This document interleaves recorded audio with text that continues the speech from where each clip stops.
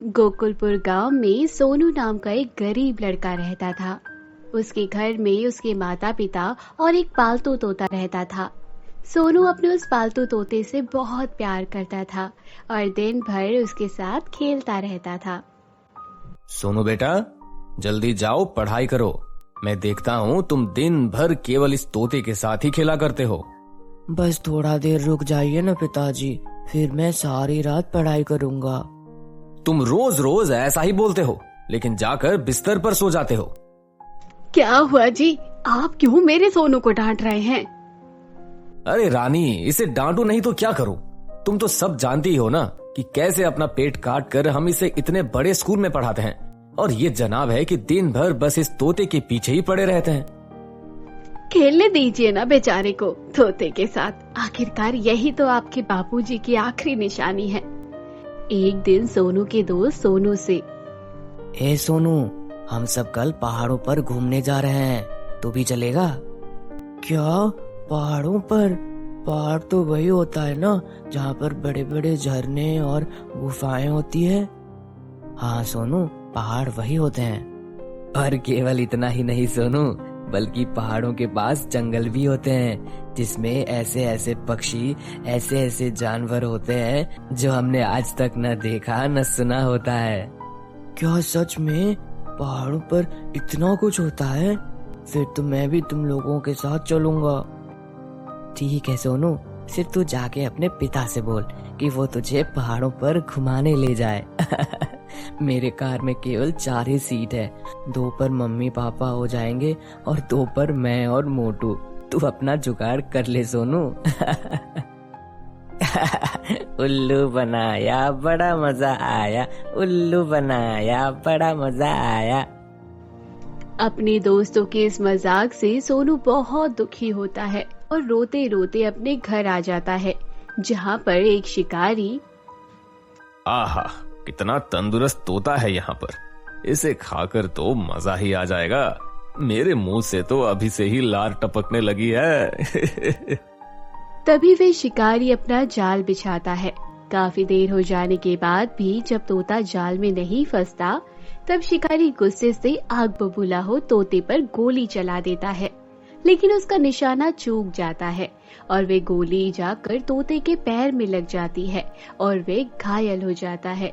यह देख शिकारी वहाँ से भाग जाता है। अरे मेरे प्यारे तोते, तुम्हें क्या हो गया है? तुम्हारे पैरों से खून कैसे निकल रहा है? रुको, मैं अभी मरहम पट्टी लेकर आता हूँ। उसकी कोई जरूरत नहीं है सोनू। घायल तोता बोल पड़ता है। तुम ऐसा क्यों कह रहे हो मेरे प्यारे तोते? क्योंकि मेरा अंतिम समय नजदीक आ गया है सोनू। तुमने सालों से मेरी जो सेवा की है उसके लिए तुम्हारा बहुत बहुत धन्यवाद। नहीं मेरे प्यारे तोते, तुम ऐसा मत बोलो। तुम अगर मुझे छोड़कर चले जाओगे तो मेरे साथ कौन खेलेगा? मैं भी तुम्हें छोड़कर नहीं जाना चाहता सोनू, लेकिन तुम्हारा और मेरा साथ शायद इतने दिनों तक ही था। लेकिन जाने से पहले मैं तुम्हें अपनी एक निशानी देना चाहता हूँ। निशानी? कैसी निशानी मेरे प्यारे तोते? मेरे जादुई पंख सोनू, मेरे जादुई पंख। क्या? कहाँ जादुई पंख? हाँ सोनू, मेरे पास जादुई पंख थे। ये बात मैंने तुमसे इसलिए छिपाई क्योंकि उस समय तुम छोटे थे, नादान थे, इसका दुरुपयोग कर सकते थे। लेकिन अब तुम बड़े हो गए हो, उसका इस्तेमाल तुम अच्छे कामों के लिए ही करोगे, इसका मुझे पूरा विश्वास है। ओ मेरे प्यारे तोते, तुम कितने बुद्धिमान हो। सुनो सोनू, मेरे मरने के बाद तुम मेरे जादुई पंखों से एक जूता बनाना। वो जूता मामूली जूता नहीं, बल्कि पक्षी की तरह आसमान में उड़ने वाला जादुई जूता होगा, जिस पर बैठकर तुम कहीं भी जा सकते हो। यह बोल वे तोता उसी समय मर जाता है और सोनू फूट फूट कर रोने लगता है। अगले दिन सोनू तोते के जादुई पंखों से एक जूता बनाता है और उसे पहन लेता है। वे सच में जादुई जूता आसमान में उड़ने के लिए तैयार हो जाता है। सोनू के दुखी चेहरे पर एक मुस्कान आ जाती है। हुर्रे! ये जादुई जूता तो सचमुच पक्षी की तरह आसमान में उड़ने लगा। अब तो मैं कहीं भी जा सकता हूँ। पहले कहाँ जाऊँ? हाँ, सबसे पहले मैं पहाड़ों पर जाता हूँ, जहाँ मेरे घमंडी दोस्तों ने मुझे ले जाने से मना कर दिया था। तभी सोनू को बहुत दूर एक पहाड़ नजर आता है और वे उसकी तरफ बढ़ने लगता है। दूसरी तरफ एक घने जंगल में देखा, मैंने तुझे पहले ही कहा था ना कि ज्यादा आगे मत बढ़, लेकिन तूने मेरी एक न सुनी। अब भटकता रहे सारी जिंदगी इन्हीं जंगलों में, खूंखार जानवरों के बीच। अरे राजू, वो चमकीला पक्षी रोकता ही न था, बार बार उड़ जा रहा था, उसी के चक्कर में ये सब हुआ है। तो तुझे किसने कहा था उसे नजदीक से देखने के लिए? दूर से नहीं देख सकता था, बॉडम कहीं का। लेकिन नहीं, महाराज को उसे छू कर देखना है। उसी के लिए अपने भी भागे और मुझे भी यहाँ इस वीराने में भगा लाए। अरे राजू, तू जल्दी यहाँ से निकलने का कोई रास्ता खोज। देख, अब तो रात भी हो रही है और मुझे जोरों की भूख भी लगी है। तुझे क्या लगता है मैं यहाँ हाथ पर हाथ रख कर बैठा हुआ हूँ? सुबह से सोच ही तो रहा हूँ, बेवकूफ कहीं का। अरे राजू, देख दोस्त, अब तू नाराज मत हो, मेरे कहने का वो मतलब नहीं था। तेरा जो भी मतलब हो, उससे मुझे घंटा फर्क नहीं पड़ता। अब तो बस मुंह बंद कर और मेरे पीछे पीछे चलता रहे। तुझे जितना लिपना था वो तूने पहले ही लिप दिया है। राजू और मोटू जंगल में भटकते रहते हैं, लेकिन बाहर निकलने का उन्हें कोई रास्ता नहीं दिखता है। तभी मोटू की नजर हवा में उड़ते हुए सोनू पर पड़ती है।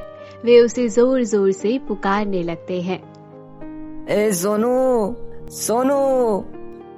ए सोनू, नीचे देखो, नीचे, हम यहाँ हैं। सोनू की नजर राजू और मोटू पर पड़ती है और वे उनके पास आ जाता है।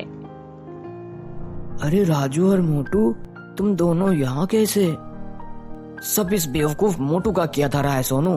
खैर, वो सब छोड़ो, तुम मुझे बस यहाँ से बाहर निकलने का रास्ता बता दो दोस्त, तुम्हारी बहुत मेहरबानी होगी।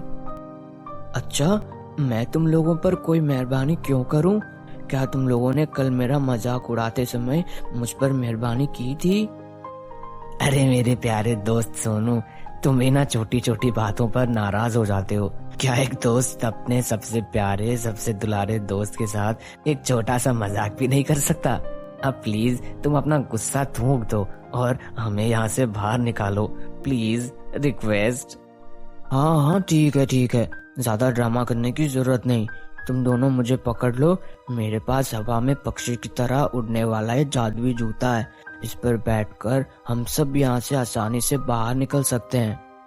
राजू और मोटू सोनू को कसकर पकड़ लेते हैं और उस जादुई जूते की मदद से हवा में उड़ने लगते हैं और अपने घर पहुंच जाते हैं। उस दिन के बाद से उन्होंने सोनू का मजाक उड़ाना बंद कर दिया था और उसका बहुत सम्मान करने लगे थे। तो दोस्तों, कहानी यहीं खत्म हुई। कहानी कैसी लगी कमेंट बॉक्स में जरूर बताना और हमारे चैनल को सब्सक्राइब करना।